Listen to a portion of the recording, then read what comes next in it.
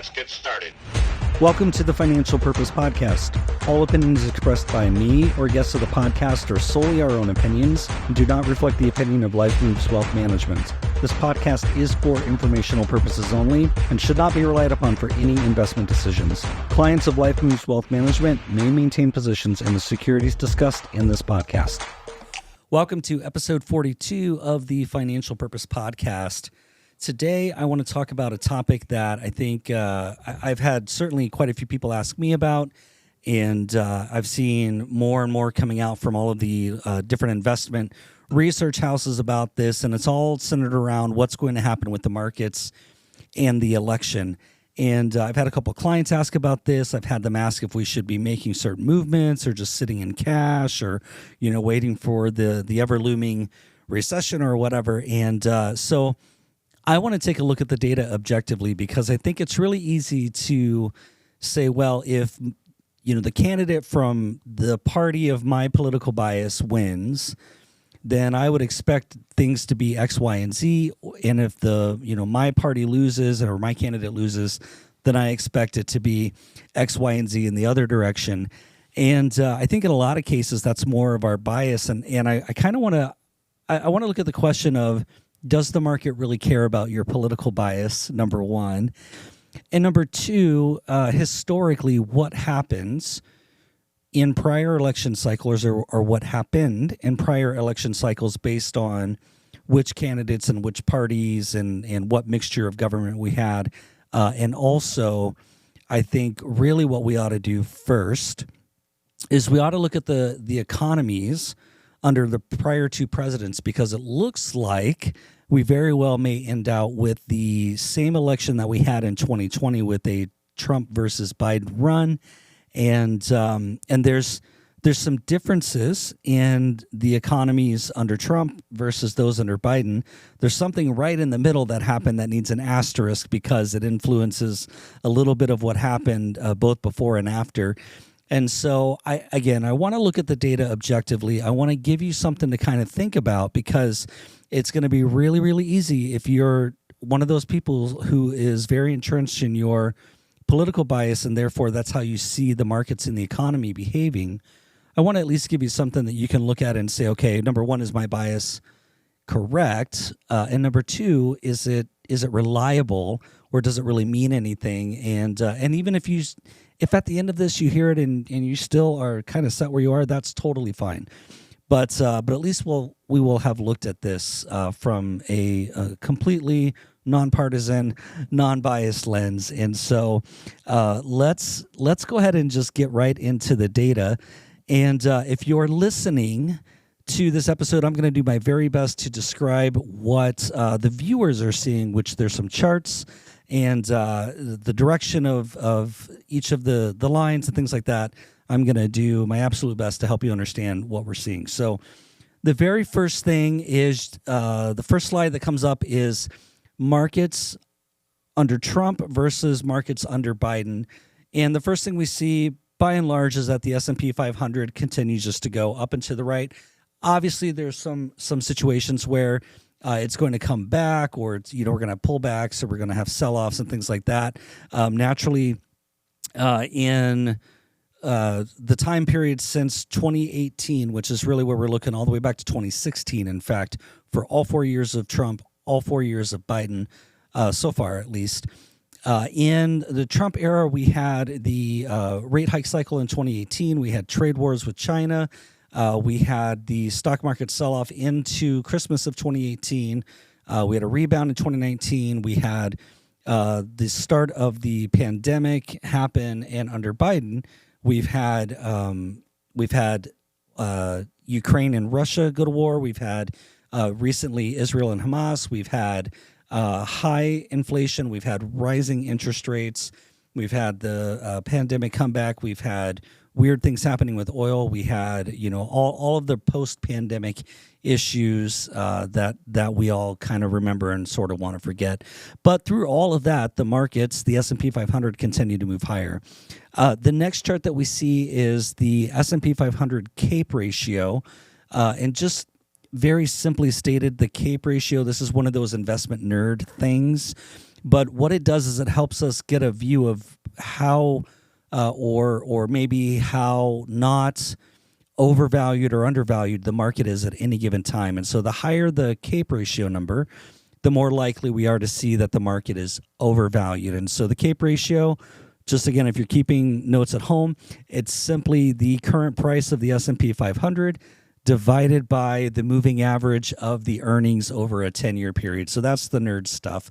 But right now, what we see is that in most of Trump's presidency, it was a little bit higher than average. Average is probably historically, you want to say somewhere around 25 or so.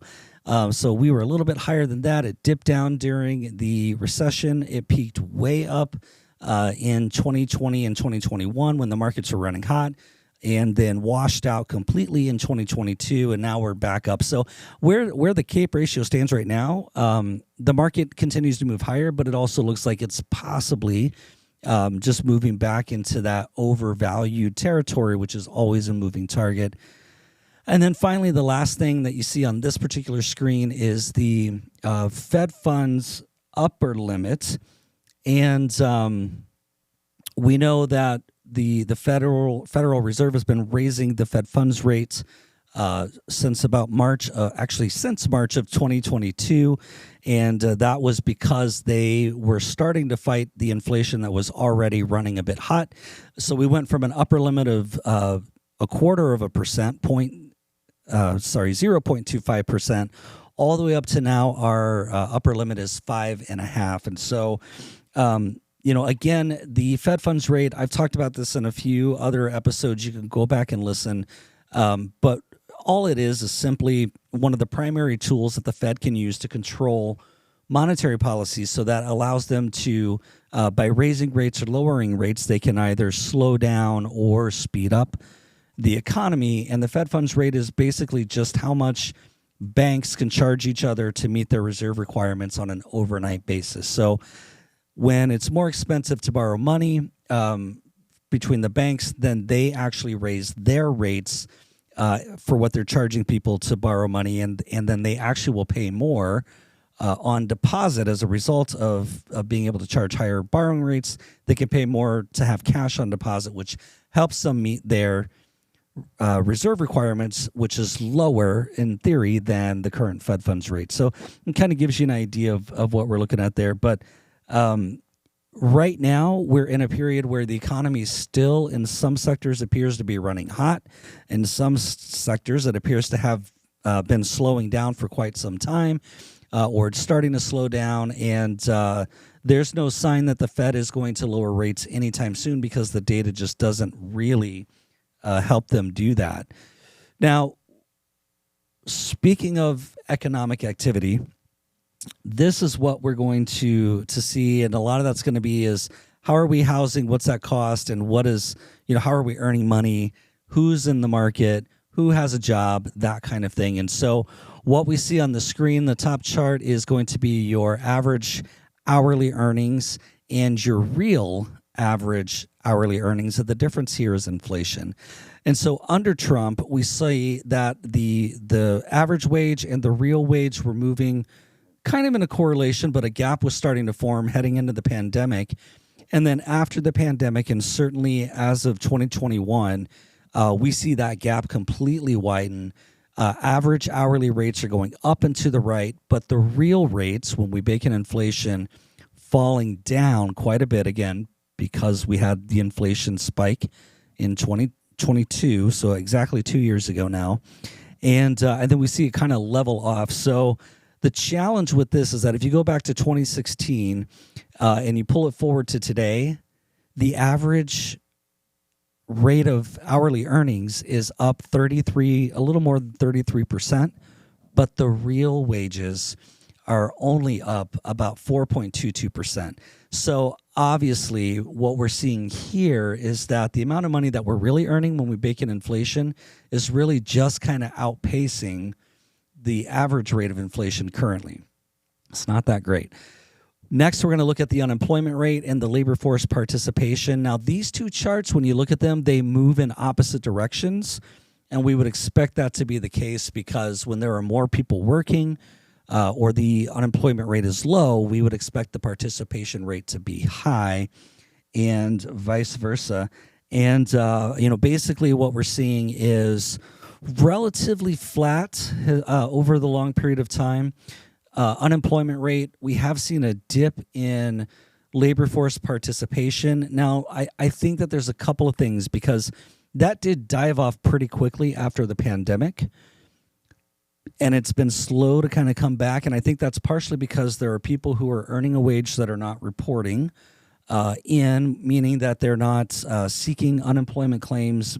They're not working a regular job, but they're still earning money. That's going to be a lot of self-employed people, and there are a lot more self-employed people now than there were prior to the pandemic. And the other thing that is baked into this, I believe, is the rate of retirement that's now happening, because we've been talking about the boomers retiring for all these years, and here we are. They're at the age where they're all starting to retire in greater numbers, and over the next, I'd say, 8 to 10 years, we should expect to see that happen. So that labor force participation rate is maybe not at face value what it is. I think we need to look at, as we do anything else, behind the numbers. But I would say that for both employment and labor force participation, they are both in their long-term average range. They're certainly within striking distance of being there. Okay, next we're going to look at where the consumers are over the prior two presidents, and this is where it gets really interesting. I just talked about the inflation rate. The top chart is going to show you that inflation through all of Trump's presidency was pretty much around 2 or under 2%. In fact, since about the great financial crisis in 2009, the Fed were doing their damnedest work to get the inflation rate over 2%, and at least up to it. But it really, for the most part, was a challenge for them. And so through most of Trump's presidency, inflation was relatively low. Now, Now, coming out of the pandemic, we saw inflation shoot up because we had the pandemic, we had a shutdown, we had $9 trillion of stimulus pump into the economy. People started buying stuff. They couldn't travel, so they couldn't spend their money on planes and boats and vacations and resorts and things like that. So they spent their money on goods and electronics and clothing and, all sorts of other things, fixing up their houses and, their vices and whatever else they spent the money on. And so we had inflation go absolutely through the roof because we just had too many dollars out in the economy, and there weren't enough goods to fulfill what those dollars were going for. And so inflation peaked up to just over 9% in June of 2022, and has come back down. The current as of last month, so we're looking at the May numbers year over year, at about 3.36% on a year-over-year basis. So it's come down a little bit from when this chart was produced. And by the way, I just want to say thank you to Y Charts for all of this great data. They put together an election talking point slide deck for financial advisors, and I kind of pulled some things out of it and put together these podcast notes. So thanks again to our friends at Y Charts. Now, when inflation peaks up, if you're looking at the chart, you can see a direct correlation to the consumer sentiment going down. And those charts actually almost look very, very similar, but just inversed. And consumer sentiment since the pandemic has been low. It has not recovered since the drop in 2020. And under Trump's presidency, high consumer sentiment, low inflation, high employment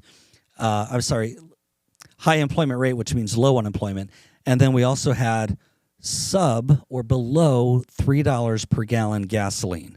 If you guys remember that, it's like a big win if you can find it anywhere near, the low threes at this point. It's like you've struck gold or something. But since about 2021, inflation has been higher, consumer sentiment has been lower, gas prices have been higher, and in fact, they've been above $3 a gallon, and actually mostly above about $3.50 a gallon since 2021. And so that really weighs on consumer sentiment. That makes us feel like the economy's in worse shape or things are really not moving in the right direction. And speaking of which, one of the other ways, and this is the last slide with these kinds of charts, the other ways that we look at whether or not we think the economy is good is how much does it cost to buy a house? And right now, that is not a great or helpful proposition, especially for people who want to be first-time buyers or they want to get back into the buying market. Maybe they relocated, couldn't afford to buy right away, have been renting or something like that. And so in the pre-pandemic era, housing was fairly stable. It wasn't expensive. Mortgage rates were low. It was easy to find a house. There was good inventory. There were some good first buyer programs. You didn't have to have a whole lot of money down because your housing prices weren't as high. But that has not been the case. And in fact, since the pandemic and really since about 2021, housing prices completely jumped up. At the same time, mortgage rates increased. And so existing home sales are down significantly. If you talk to any realtor in your area, there's not a lot of inventory. And when there's not a lot of inventory, they're not going to be able to sell very many houses because the prices are so high and the rates are so high that it's really keeping some buyers out of the market. Now we're seeing some, peaks where people are coming in and they're just saying, okay, I guess this is where rates are, or your realtor is telling you to, quote, date the rate and marry the house. So I certainly have heard that as well. But, we're still at a point where, builders are attempting to get more housing starts by building smaller houses, by trying to buy down borrowers' rates. Realtors are trying to market houses. They're trying to, do some kind of seller concessions, and there's all sorts of things that people are attempting to do. But right now, it's just really expensive to own a home, and we don't anticipate that mortgage rates are really going to come down very much, certainly over the next year, because they're kind of correlated to what the Fed is doing. It's not a direct one-to-one. The Fed does not set mortgage rates, but monetary policy does influence borrowing rates across the board. So if the Fed doesn't start lowering rates and the bond market doesn't behave, then mortgage rates are just going to stay kind of where they are now. And in fact, if we look back all the way to 1971, where mortgage rates are now is about average. The problem is that we had mortgage rates that were in the 3s and 4s for almost 15 years. And so it's really easy to price anchor to that. And that's just not the reality of where we are now. If we look at inflation, just to kind of beat the drum a little more, if you go 2 years ago, June of 2022, that is when we saw the peak of inflation. And since then, almost everything in the economy, the big, 11, 12, 13 things that we look at, those have all come back significantly. If you remember, used car inflation was out of control in 2022 and early 2023, and it's now come significantly back. In fact, it's a negative from where it was on a year-over-year basis. Those prices continue to drop. But, where we really have the highest prices still are shelter, what it costs to buy a house, that's still the biggest thing. And then transportation, which is kind of a broad category, but what's really interesting is that continues to increase year over year. And if you look at what it costs to buy a plane ticket, that's probably where you're going to see the most year over year inflation because, it was very expensive to fly during the pandemic. It was incredibly expensive to rent a car if you could even find one during the pandemic. And that has all come down a bit, but it's still very expensive to just travel to wherever you're trying to spend money. And then the last thing, this is like the ultimate budget killer. And I don't know if you've seen this chart, but this is auto insurance rates as a year-over-year factor. So if you go back to December 2021, auto insurance premiums were 4% higher on a year-over-year basis all the way through the early part of 2022, and then they just started taking off. And in April of 2024, auto insurance premiums were 23% higher on a year-over-year basis.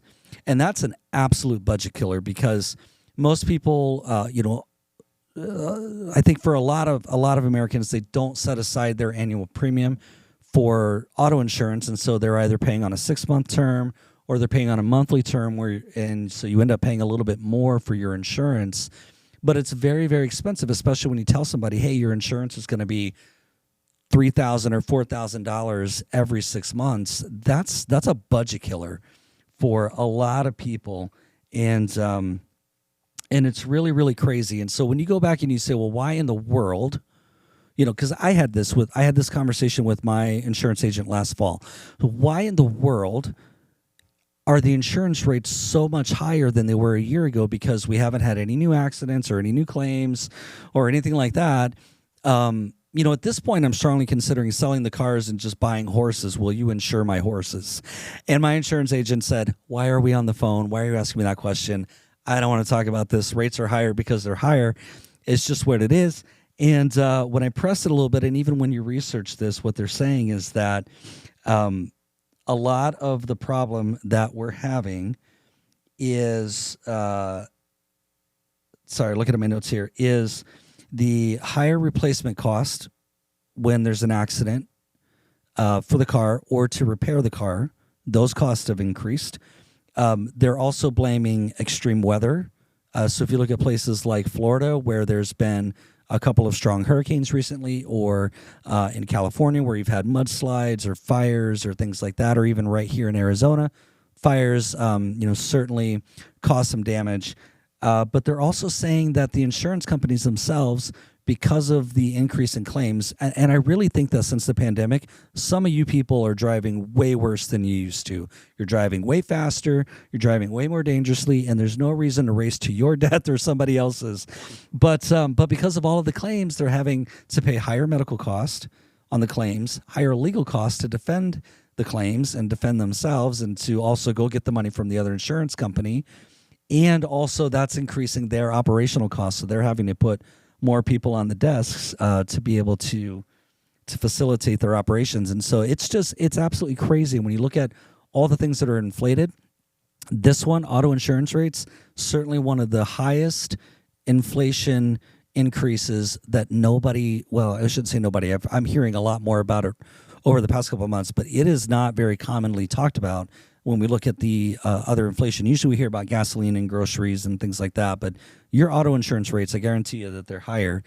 And it's getting harder to shop around for rates, by the way, because everybody is high. So that's economic stuff. Let's talk about markets and elections. And so on the slide here, we have a comparison of different asset classes under Donald Trump and the same asset classes under Biden and how they've each performed. And so I'll read to you on the screen, how did these asset classes perform? Equities generally perform considerably better than bonds under both presidents, with the exception of emerging markets, which rose about 72% during Trump's presidency, but they've fallen about 18% through Q1 of 2024 under Joe Biden. Bond prices also were higher under Trump. They've fallen quite a bit under Biden. Commodities were the worst performing sector under, and they were the only negative asset class under Trump, but they performed better under Biden. So here's why. When we look at commodities under Trump, remember that he put constant pressure under OPEC and constant social pressure through Twitter, right? That was his tool of choice. And his aim was to keep oil prices low, keep production in line to allow oil prices to be lower. We had trade wars with China. We had tariffs on goods coming into the country. And all of that kind of slowed our import-export activity. And so that hurts commodities, because we had some farm issues right here in our country. We had to subsidize farmers near the tail end of the Trump presidency. And so we just didn't have a lot of movement in the commodities market, but everything else did fairly well. Now, under Joe Biden, bonds and emerging markets have done worse. And the reason why is because we've had Fed monetary policy. Remember that when rates go up, prices come down when we're talking about bonds. And so we've had rates significantly increase. We've had bond prices significantly decrease, and that's what's showing up on the chart. And then for emerging markets, they're heavily affected by changes in the economy here in the United States. And quite frankly, the biggest player in the emerging markets economies is China. And China's economy has struggled significantly over the past 2 years, 3 years actually, largely because of their COVID policies, which were counterproductive to their economic gains. But they've also had a lot of challenges. We've also had the war with Russia and Ukraine weighs on emerging markets, political instability in other countries like Brazil and Venezuela.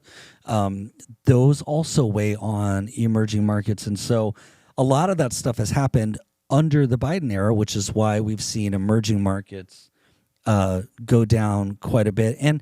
And frankly, I was reading up a little bit about this today. And emerging markets, you look at that and say, well, there could be an opportunity. Maybe that's a good investment. But it is certainly an area where there's a lot of risk. And when the markets are down as much as they are now, which again, since Joe Biden took office, they're down 18%. You need quite a significant return to kind of get back to even, especially if you've been holding emerging market investments. So just one of those areas that continues to remain challenging. Now, when we go beyond Trump and Biden, how did the markets perform under different presidents? So dating all the way back to John F. Kennedy's inauguration in 1961, the S&P 500 only posted negative returns during 2 presidencies. So at the start of the presidency and at the end of it, the S&P 500 was negative. That's Richard Nixon.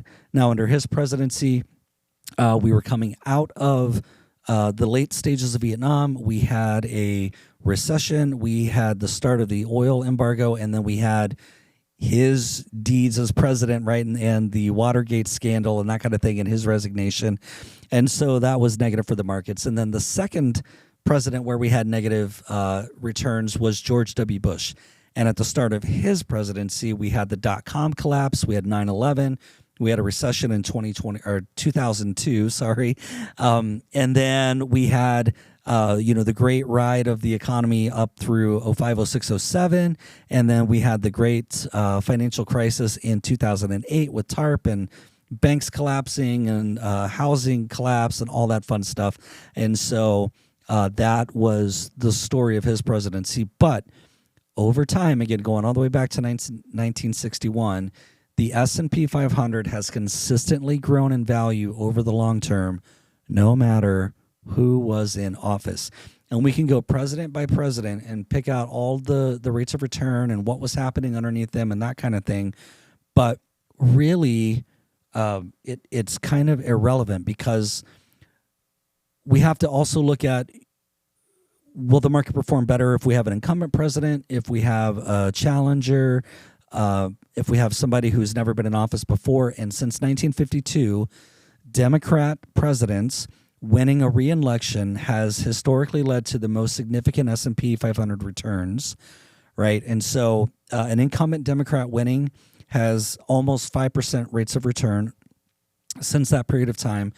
And that's going back since 1952. However, we've had lower returns that have tended to occur when the winning candidate was either neither an incumbent, or nor a challenger, and so that has only happened a few times. But those returns have been far negative, and the reason why is because we don't know very much about that person. We don't know the policies. We don't have a track record to follow in those cases. But for the most part, we've seen just better markets under Democrats or under either party when we've had a challenger. That's the highest actually is a little better when we've had a challenger from either party who wins. We've had better markets, and so take that for what it's worth. But if we're looking at the parties overall,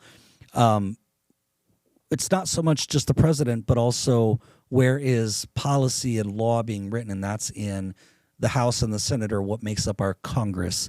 And so historically, higher average annualized returns have occurred during a divided Congress, regardless of who's president. Lower returns have come during Democrat majorities in the House. So if they have total control, or a supermajority, we call it, we have lower returns, while higher returns have taken place under Republican supermajorities.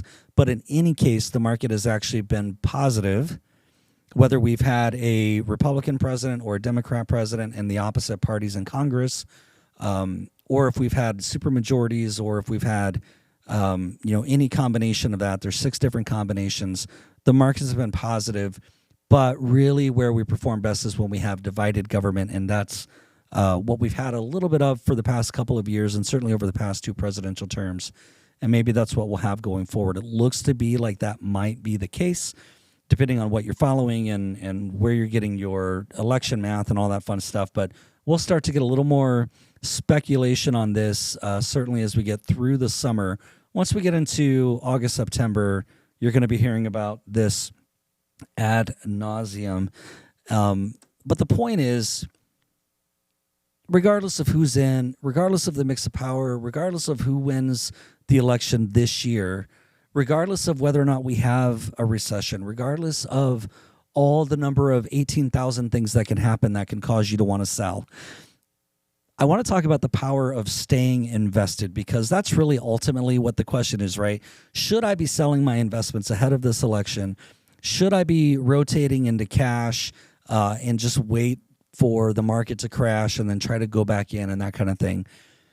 Well, let's look at a couple of examples of that. So the 2 biggest examples in most of our lifetimes are going to be the Great Financial Crisis in 2008 and the post-pandemic crash, or the pandemic crash that happened in 2020.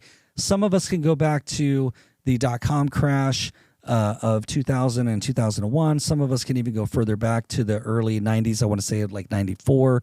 And some of us can even go even further back to 1987, which we had, the Black Monday. And then some of us can even go further back. But let's look at the Great Financial Crisis, because that's the one that we kind of anchored to as being like the worst case scenario base case. And so if you had stayed invested from early 2000s through the bottom of the market in 2009 all the way to today, your annualized return, if you just bought the S&P 500 and held it, did nothing else to it, your annual return would be about 10%, a little better than 10%.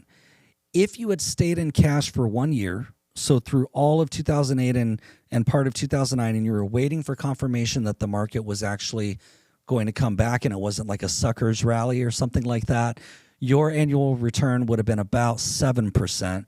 And if you had just stayed in cash and never reinvested, your return is negative. So if we pull back to more recent, because it's easier to kind of wrap our heads around, and this is staying invested through the volatility of 2020. So again, had you bought the S&P 500 and held on, your annualized return since then would be 12.96, almost 13%.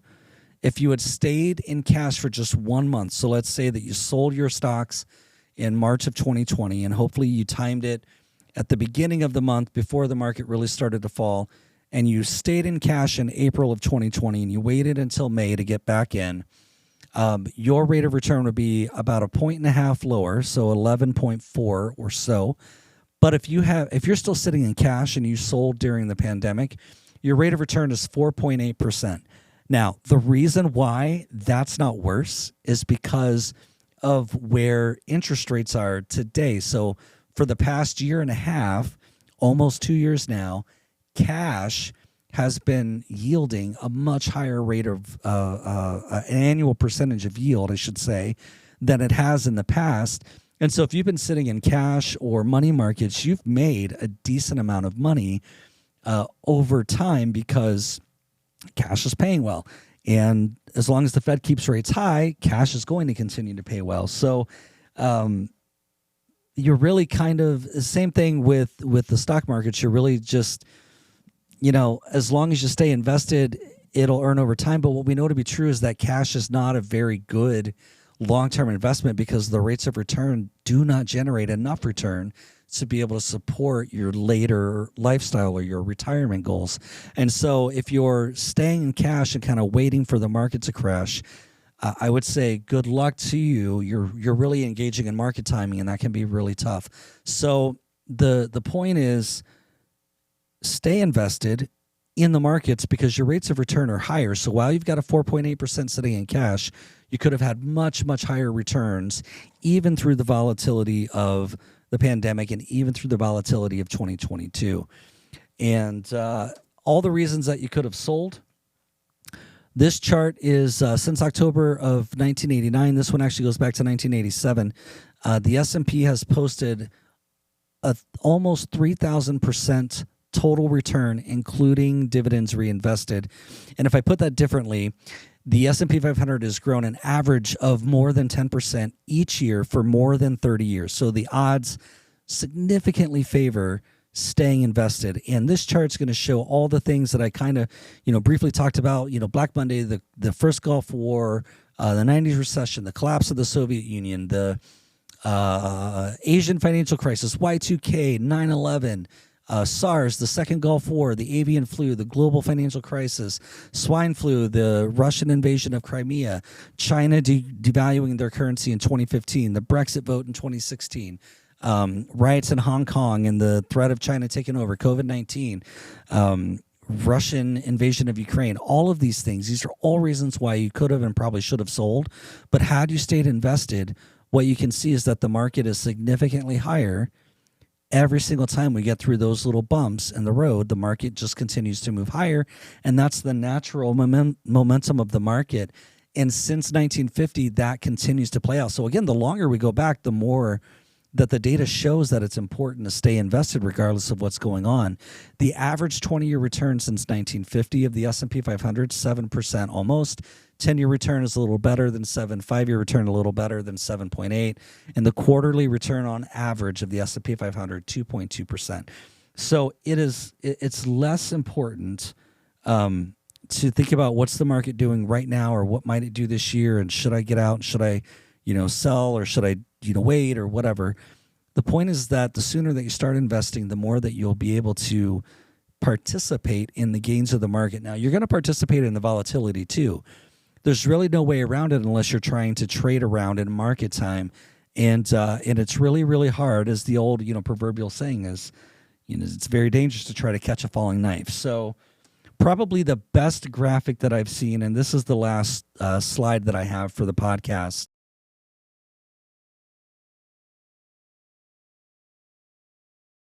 Basically, what this shows is that the longer you stay invested, you almost completely eliminate the odds of losing money as an investor. Now, as a trader, you probably increase your odds of losing money every time that you sit down at your keyboard. But if you're investing over the long term, it's really where you make money. It's not, as I said, in day trading. It's not in some of these, quick money schemes. It's not in the, crazy life insurance policies and the index universals and the, arbitraging taxes between here and Panama and, random stuff like that you see on TikTok. It's certainly not chasing the GameStop stock. I don't know if you saw that recently, but that was kind of funny to watch where, the Roaring Kitty guy tweeted, just a little image, and the GameStop stock went absolutely soaring and then fell right back down just a couple of days later. And so no, that's not how you get rich. But when you're investing, I've said this before, I'll say it until, I'm done with this profession, is that you always want to know these things, what you own. You want to know why you're investing them in the first place. What is it that you want that investment to do? And how long do you intend to own it? Those 4 things make up our buying discipline.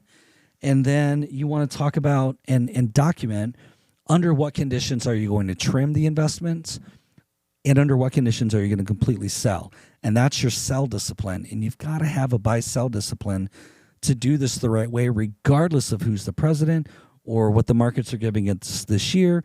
Your results are going to be better if you follow a defined investment strategy that's built for your specific financial needs. And, as I kind of wrap up here, what I want you to think about is how you can work with your financial professionals. And hopefully you have a financial advisor. If you don't, it's a good idea to have one, not for just the investing stuff, but for what I'm about to say, which is that you want your advisor to help you define a strategy and develop it, and then make sure that it aligns to your larger financial plan and what we call at Life Moves Wealth, your financial purpose, right? And it is your mission statement for how you're going to make decisions, including investing, but also other parts of your financial life and how you're going to make those decisions. You're going to want somebody who can help you understand your emotions and your behavior around money and around the markets. And if you're somebody who watches the stock market or watches the news all day long, you're probably going to have a higher sensitivity to your emotions around what's happening to your money. And if you're one of those people that looks at your investments once a day, maybe a little bit less, if you look at it once a week or once a month or once a year, you're going to have no emotional attachment or lower emotional attachment, because you're going to be the type of investor that's going to say, I know what I have in there. I know what it's supposed to do. Some of it's going to work right now.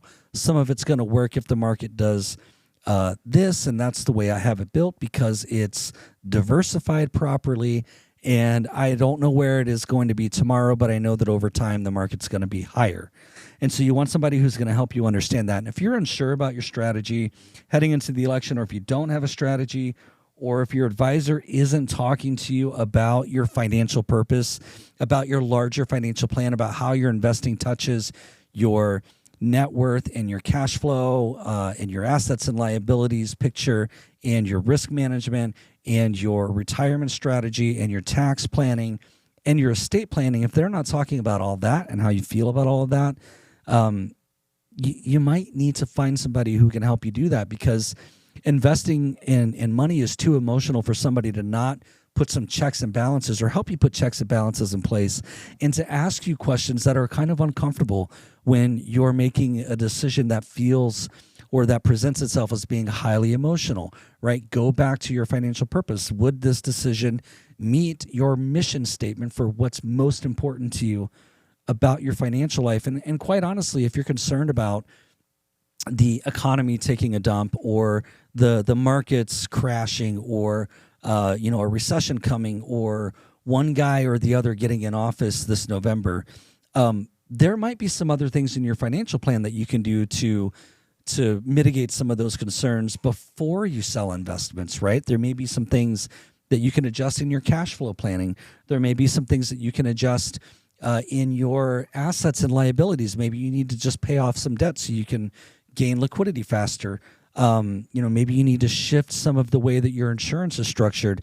Maybe you need to think about changing what you envision for your retirement for a period of time and then revisiting it a year from now, right? There's all sorts of other things that can go on before you decide to sell your investments. And if you're really not sure about any of this, or again, if you're not working with an advisor, or if you are, but they're not talking to you about anything other than what you should be buying and selling right now, please send an email to info@lifemoveswealth.com, and I'd be happy to help you figure that out. So my goal with all of this and with any conversation that we have and with any podcast episode is to help you be financially awesome, better today than you were yesterday. And I hope that you found this information and this episode to be insightful. So again, questions, comments, definitely leave comments, like the episode, subscribe it, share it, do all of that fun stuff. I'd love to hear what you're thinking. But if you really want to have a conversation, again, send an email to info@lifemoveswealth.com, and I'll be happy to pick up with you from there. So definitely go be financially awesome, and we will see you in the next episode. Thanks for listening to this episode. Be sure to like, subscribe, and share. To learn more about your financial purpose, visit lifemoveswealth.com.